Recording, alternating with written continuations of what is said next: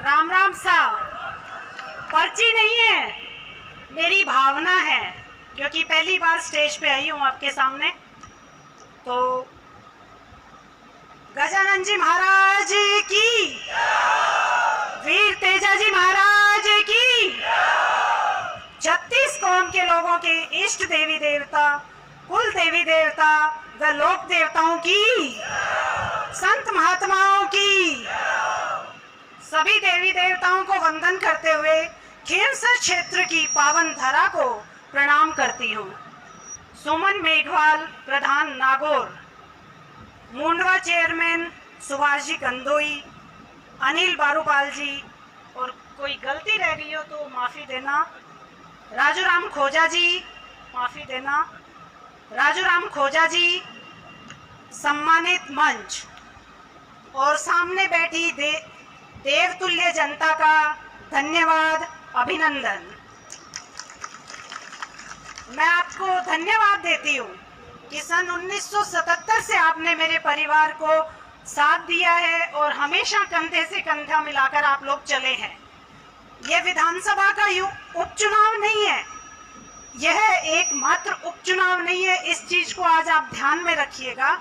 यह चुनाव राष्ट्रीय लोकतांत्रिक पार्टी की प्रतिष्ठा का सवाल है और उसको और अधिक बढ़ाने का सवाल है। पार्टी की जो विचारधारा है वो गरीब, किसान, मजदूर और महिलाओं से जुड़ी हुई है, बेटियों से जुड़ी हुई है, और सिर्फ विचारधारा नहीं, संघर्ष करते हुए हम जो आगे बढ़ रहे हैं, जिस तरह से बहन बेटियों के लिए संघर्ष लगातार हमारी पार्टी कर रही है, उसी की आज मान और मर्यादा का सवाल आरएलपी से गया हुआ है, और जो कांग्रेस का उम्मीदवार है वो बीजेपी से आया है, लेकिन आपका आरएलपी का उम्मीदवार वहां बैठने वालों में से आपने यहाँ भेजा है। इस चीज को याद रख के आप वोट दीजिएगा। 2008 में खींवसर की विधानसभा जब से बनी है तब से आपने नेताजी को 4 बार विधायक बनाया है, 2 बार सांसद बनाया है, बड़े भाई साहब नारायण जी बेनीवाल को भी आपने विधायक बनाया। मैं आप और इसी के बदौलत एमपी साहब ने आपकी पहचान पूरे देश में करवा दी है। लोग पूछते हैं पूरे देश में कि खींवसर कौन सा है, कहाँ है खींवसर। मेरा समर्थन राजनीति में तो मेरा, लेकिन हाँ, जैसा कि भागीरथ जी ने, इन्होंने भैया ने बताया है कि मैंने कभी इनको परेशान नहीं किया। आप लोगों के लिए जब लड़ते रहे, कभी हमने घर से परेशान नहीं किया कि हमें किसी चीज की जरूरत है। इसलिए आपसे मैं वही, जीवन जी माडपुरा जो कांग्रेस है आरएलपी में आए हैं, ठाकर अर्जुन सिंह जी भाटी हेमपुरा जो बीजेपी से आरएलपी में आए हैं, मैं रामनिवास जी ठेकेदार रोड, उपमा जी प्रजापत हंसोड़ा, इनका भी मैं धन्यवाद ज्ञापित करूंगा। मैं अनिल जी गोदारा जो पंचायत समिति सदस्य हमारे मेरावास है, इनसे भी मैं निवेदन करूंगा स्वागत है आपका। अब जिनका बेसब्री से आप इंतजार कर रहे थे, अब मैं निवेदन करूंगा हनुमान बेनीवाल जी साहब, सब लोग बैठ के हनुमान बेनीवाल जी का स्पीच आपको सुन के जाना है। ये जैसा दिशा निर्देश हमें दें, आप लोग बैठ के आप सुने। मैं निवेदन करूंगा हम सब के लाडले और राष्ट्रीय लोकतांत्रिक पार्टी के सुप्रीमो और आप सबके परिवार के सदस्य भाई हनुमान जी बेनीवाल जी से कि वो मंच पे आके आप लोगों को संबोधन करें। हनुमान जी बेनीवाल। ये सालासर से बालाजी महाराज का दुपट्टा लेकर के हनुमान जी बेनीवाल को पहनाने आए हैं। मैं चाहूंगा आवाज उस आवाज को देने जा रहे हैं जिस आवाज को अपन सुनने के लिए सुबह 11 बजे से यहां बैठे हैं। वो आवाज जो राजस्थान की विधानसभा और इस भारत की लोकसभा में बहुत जोर शोर से गूंजती है। वो आवाज, इस आवाज को सुनने के बाद अधिकारियों के, नेताओं के, मंत्रियों के कान खड़े हो जाते हैं कि हनुमान बेनीवाल आ रहा है, अब अपन को काम करना। दोनों पार्टियां मिलकर चुनाव लड़ रही है, उसको ये संदेश देना है कि आरएलपी कमजोर नहीं है। खींवसर की जनता, जो खींवसर है वो आरएलपी की राजधानी है, इस चीज का प्रमाण आप लोगों को ही देना है।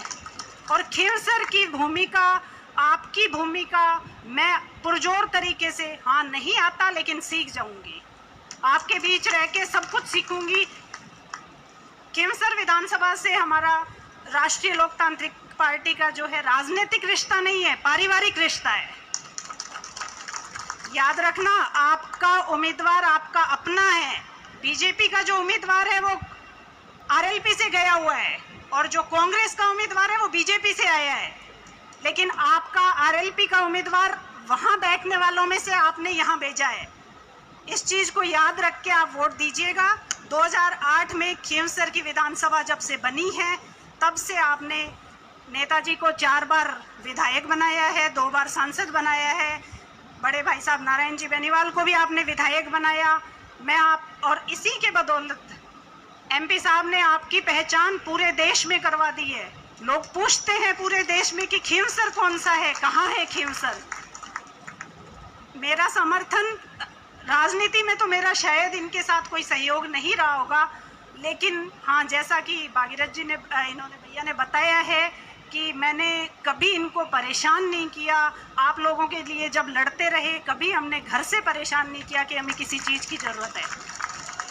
इसलिए आपसे मैं वही मान सम्मान चाहूँगी कि जिस तरह से हमारा परिवार हमेशा आपके लिए तैयार खड़ा रहता है, वैसे ही आप लोग भी हमारे साथ कंधे से कंधा आगे भी मिला के चलिएगा।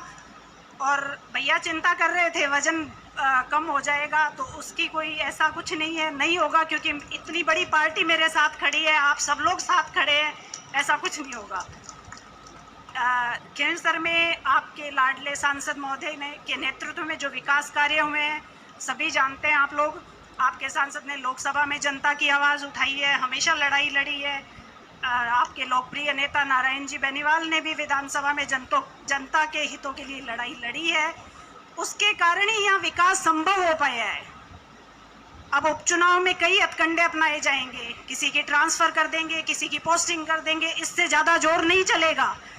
13 तारीख तक आपको सावधान रहना है, उसकी बाद सरकार अपनी है खींवसर में। सीएम साहब आज आए हैं, लेकिन आपके सीएम हमेशा आपके बीच है। ज़्यादा लंबा चौड़ा भाषण मुझे देना नहीं आता, और खींवसर का जो विकास है वो परिचय का मोहताज नहीं है, क्योंकि मुझसे ज़्यादा आप लोग जानते हैं। आपके सांसद महोदय के नेतृत्व में और आपके लोकप्रिय नेता नारायण जी बेनीवाल के नेतृत्व में, मार्गदर्शन में, उनके सहयोग से आपकी आवाज़ मैं पूरी बुलंदी से विधानसभा में उठाऊंगी। और जो भी होगा, बीजेपी वाले सिर्फ बोल रहे हैं कि हमारी डबल इंजन की सरकार है, लेकिन याद रखिएगा डबल इंजन की सरकार आरएलपी की होगी, क्योंकि एमपी भी हमारा और एमएलए भी हमारा।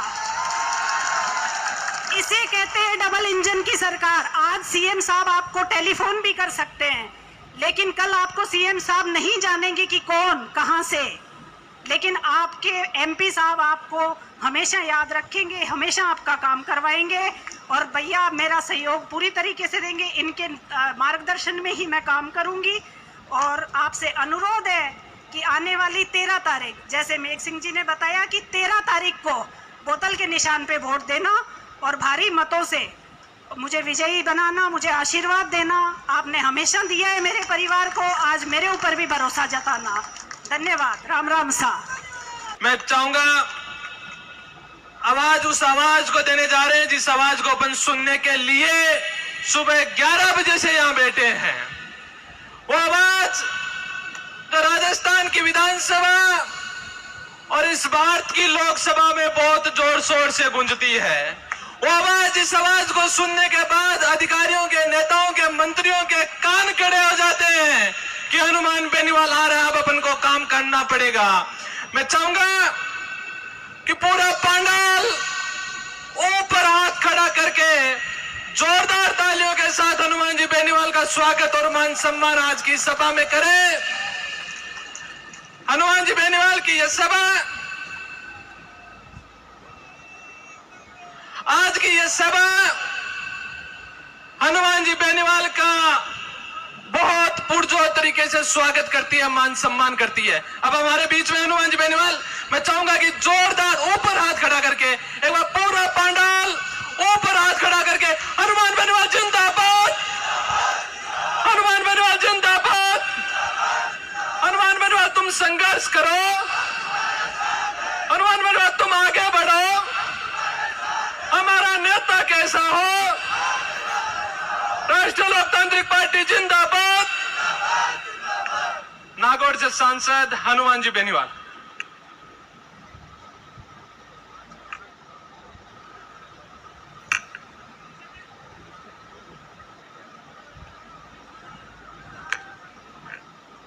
केवसर की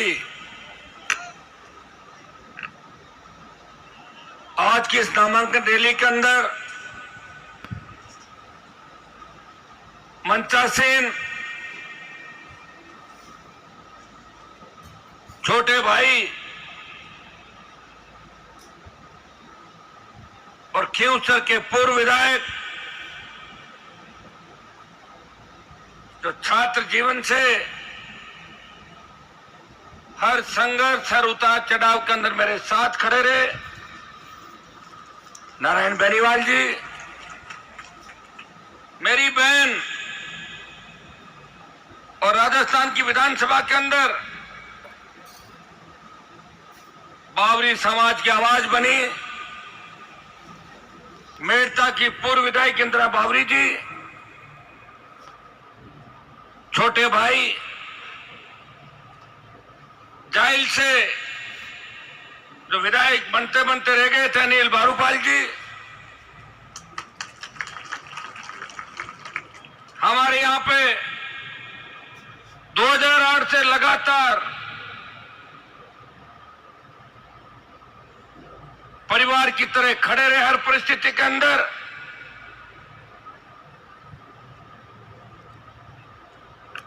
जिन्होंने मेरे हर चुनाव में हर संघर्ष के अंदर निस्वार्थ भाव से मेरा साथ दिया, बड़े भाई मेघ सिंह जी चौधरी साहब हमारे बीच आज भारतीय जनता पार्टी छोड़ के राष्ट्रीय लोकतांत्रिक पार्टी परिवार में शामिल हुए। भामाशाह और हमारे पूर्व मित्र स्वर्गीय भंवर जी डूडी, जिनको इस मौके पे मैं याद करूंगा कि भागीरथ जी के परिवार से हमारा रिश्ता 1990 के जमाने का है। जब मैं विश्वविद्यालय के अंदर राजनीति करता था तब इनके बड़े भाई साहब यूनिवर्सिटी के चुनाव में मेरे लिए वोट की अपील करते थे, और जब ये भारतीय जनता पार्टी के अंदर थे और बीजेपी के खिलाफ ये मोर्चा खोलते थे, आंतरिक लोकतंत्र की बात करते थे, तो मेरी नजर इन पे ही थी। मैंने कहा मेरी तरह एक दिन मेरी तरफ ही आएंगे, मैं देख रहा था। और आज इस आरएलपी परिवार के अंदर मैं इनका स्वागत करता हूं, और इन्होंने अपना जोशीला उद्बोधन आपको दिया और केवसर के नौजवानों को उनकी ताकत भी याद दिलाई कि ये जंग छोटी जंग नहीं है, ये बड़ी लड़ाई है। इस लड़ाई के परिणाम बड़े हैं। इस लड़ाई के अंदर जिस तरह अभिमन्यु को घेरने के लिए कौरवों ने चक्र रचा, उसी तरह राष्ट्रीय लोकतांत्रिक पार्टी को मिटाने के लिए भारतीय जनता पार्टी के साथ साथ कांग्रेस पार्टी ने भी हाथ मिला लिया। और कांग्रेस के प्रदेश अध्यक्ष यहां की कांग्रेस पार्टी को बोले, जब जिले की कांग्रेस ने कहा कि यहां तो कांग्रेस की 4 बार जमानत जब्त हुई है, लोकसभा में हनुमान जी का अलायंस था और हम 0 से 11 सीट पे आए। जब दौसा, टोंक, सवाई माधोपुर कांग्रेस के प्रदेश अध्यक्ष सहित तमाम उन बड़े नेताओं ने जो कहीं न कहीं दोनों पार्टियों में कनेक्शन रखते हैं, उन्होंने कहा नहीं, चाहे भारतीय जनता पार्टी जीत जाए, कांग्रेस खुद उन लोगों के दिल और दिमाग के अंदर कैसे हो सकती है। नफरत का कारण एक ही है, ईडी, सीबीआई, पेपर लीक, बजरी घोटाला, आरपीएससी और राजस्थान के अंदर पिछले कांग्रेस के 5 साल के अंदर हुए घोटाले, कहीं ईडी आए और गिरफ्तार नहीं कर ले। इसलिए भजनलाल को ओबलाइज करने के लिए बीजेपी को सीट परोसी गई। आप तो 7 सीटों पे भाजपा को जिताओ, और हम कांग्रेस का बंटाधार कर देंगे। हमने पहले भी कांग्रेस को 3 दड़ों में बांटा था। भाइयों, मंच पे हमारे बावड़ी के प्रधान भाई राजूराम जी खोजा,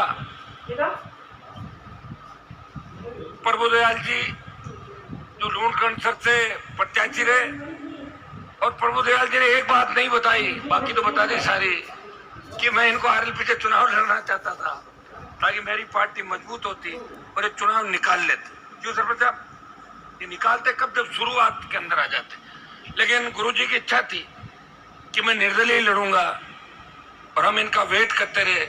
लेकिन मुझे पूरा भरोसा कि आरएलपी से लड़ते रहे, इनके वोट इनको पूरे मिलते तो निश्चित रूप से आज राजस्थान की विधानसभा, मैं आगे भी इनको कहूंगा, गुरुजी आप जैसे मार्गदर्शक की भूमिका की हमें बहुत बड़ी आवश्यकता है, क्योंकि ब्राह्मणों का आशीर्वाद तो हर मामले में हर व्यक्ति को, हर जाति को चाहिए।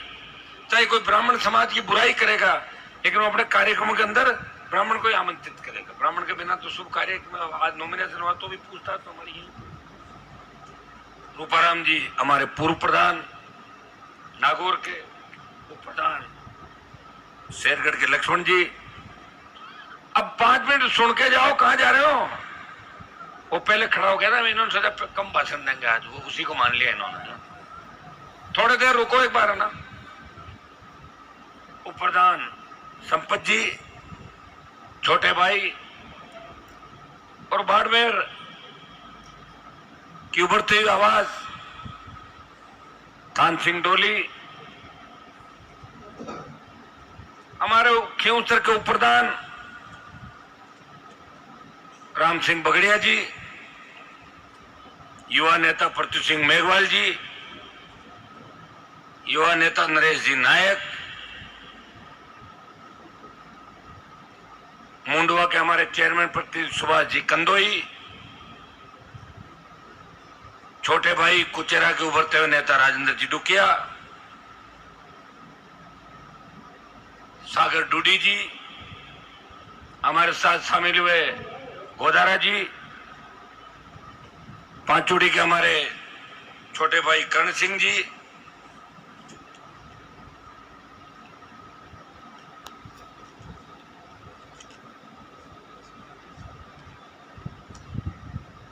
पिछली 2 चुनाव से तोड़ के अलग ले गया भाई बंसी जी, पूछ से हमारे पप्पू जी प्रजापत, लाखाराम जी, पांचुड़ी के नौजवान नेता महावीर जी, प्रभु जी वरिष्ठ हमारे बैर जी, सुख जी सरपंच साहब, तमाम जो यहाँ हमारे सलीम साहब असोला से, दिलीप जी, रामरख जी, विष्णोई साहब, डीआरए साहब, रणदीप, कनिका बेनीवाल, सम्मानित मंच, क्योंकि सामने बैठे भी हजारों लोगों को मैं नाम जानता हूं। अगर मैं लेने लग गया और किसी का चूक गया तो निश्चित रूप से मेरा इलाज करने के लिए आप तैयार रहोगे कि नाम कौन लियो मारो। अब ऐसा ही टाइम आया है। सम्मानित मंच मान लिया सब लोगों ने। नागौर के प्रधान हमारी सुमन मेघवाल जी, श्रवण जी प्रतिनिधि, उपस्थित मौजूद बुजुर्गों, नौजवान साथियों, अगली बार मैं ध्यान रखूंगा कि एक बार ही आऊंगा स्टेज पे। पहले तो 5 मिनट बोल दिया ना तो कई लोग निकल के हनुमान जी का भाषण हो गया होगा, उनको पता नहीं मेन भाषण तो करेंगे। आज की सभा के अंदर सबसे पहले तो मैं आपको धन्यवाद दूंगा कि 1 साल के अंदर अगर 3 चुनाव लड़ने की ताकत किसी के अंदर है, वो खींवसर की जनता में वो ताकत है, खींवसर के सर्व समाज में वो ताकत है कि 1 साल के अंदर 3 चुनाव लड़ना और रिजल्ट सेम रहना।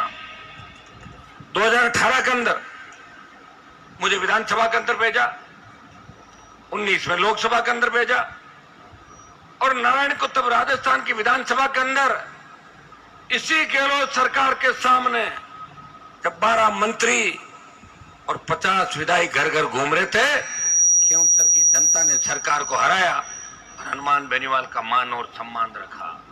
जब 23 के अंदर मैं राजस्थान में लड़ाई लड़ रहा था, अंदर ही अंदर एक षड्यंत्र के तहत मेरी पार्टी के उस व्यक्ति को जो 2 बार सरपंच का चुनाव हारे, जिसको पंचायत समिति वार्ड का चुनाव मैंने गली गली घूम के मुश्किल से 30-35 वोटों जिताया, प्रधान बनाया, उस व्यक्ति को कंधे पे बीजेपी के लोगों ने हाथ रखा, बोला आप हमारे पास आ जाओ, आपका जितना भी जीवन का उद्देश्य है हम पूरा कर देंगे और आप हनुमान जी की पीठ में छुरा घोंप दो। वो तैयार हो गया। वो कोई नया नहीं है, इतिहास के अंदर बहुत से जयचंद हुए हैं इतिहास के अंदर, आपने देखा, जिन्होंने यही काम किया था। मैं बाहर था, नारायण विधायक था, ऐसा राजनीतिक दुर्विकरण हुआ। फिर भी धन्यवाद दूंगा खींवसर की जनता को कि 18-19 लोकसभा और 23 के चुनाव के अंदर शायद खींवसर राजस्थान की पहली विधानसभा होगी जहां का नेता गांव गांव वोट मांगने नहीं जा रहा था, फिर भी आप अपने नेता को कमजोर नहीं होने दे रहे थे, उसे जिताने का आपने प्रण किया, जीत का अंतर कम हो गया। हमारा व्यक्ति वहां गया, 2-2.5 हजार वोट ले गए हमारे समाज के।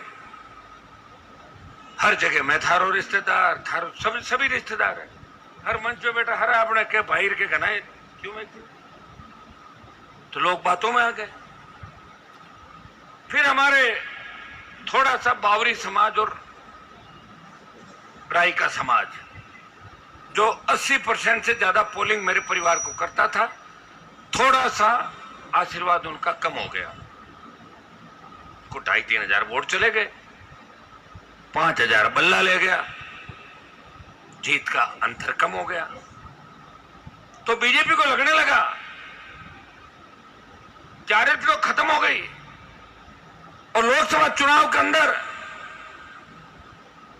जब भाई जी चुनाव लड़ी थी मेरे सामने बीजेपी पार्टी से, वो कहने लग गई कि मैं खींवसर में 15,000 से जीतूंगी। तब कोई नहीं लड़ रहा था, पहले समीकरण बनाते थे कि ये लड़ रहा है, वो लड़ रहा है, उसके लड़ने से उसको फायदा है, वो उससे मिला हुआ है। तब आमने सामने का चुनाव था और उस चुनाव के अंदर 5,000 से जीत और 3,000 बल्ला, 8,000 की जीत खींवसर की जनता ने सीधे चुनाव के अंदर भी हनुमान बेनीवाल को जिता के और हिंदुस्तान की सबसे बड़ी पंचायत के अंदर भेजा। इस चुनाव में तो आपने देखा होगा कि बाई जी ने कितना पैसा बांटा था उस चुनाव में, बिना पैसे बिना मांगे हर व्यक्ति को आप तो रख लो, क्योंकि उनके पास तो इंडिया बुल्स का वो घोटाला, इंडिया बुल्स का वो पैसा जो उनकी सासू मां ने, उनके परिवार ने हजारों लाखों गरीबों के खून पसीने की कमाई को बेला फुसला के इंडिया बुल्स का जो फ्रॉड किया, ये बात मैं नहीं कह रहा हूं, ये देश का बहुत वरिष्ठ सांसद सुब्रमण्यम स्वामी, जिन्होंने इंडिया बुल्स घोटाले की पोल खोली। जब इनको गिरफ्तार करने की बारी आई, सासू समेत बाई जी और इनका पूरा परिवार गृह मंत्री के पैरों में पड़ गया और भारतीय जनता पार्टी ज्वाइन कर ली। उस परिवार ने, जिनके दादाजी नाथूराम जी मिर्जा इस भारतीय जनता पार्टी के कमल के फूल को सत्यानाशी का फूल कहते थे, पूरे जीवन 60 साल तक नाथूराम जी मिर्जा ने कभी बीजेपी का नाम नहीं लिया। आज बाई जी कह रही थी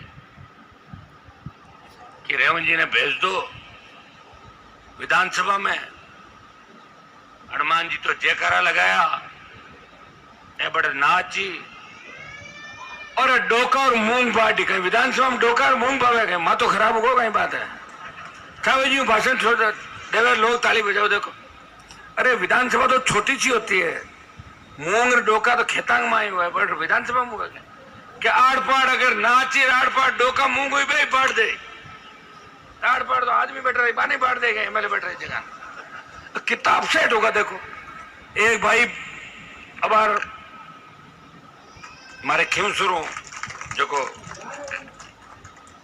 प्रधान प्रतिनिधि है, परिवार में दिक्कत होगी, परिवार वाला दो कांड मोटा कर दिया कर तो ध्यान हगलाना थड़ी का लोग ने बहुत बड़ा गोल्ड मेडल जीत का एक जीत यार तो बहुत बड़ा विकास करी, बहुत विकास करी। और ओमी कोई भाई है और सामो बीजेपी में लड़ेगा, अगर मौको दे दियो ना तो 10 दिन बाद बताओ ला लंका लूटी गई, डाकू और लुटेरा की साइड आया है।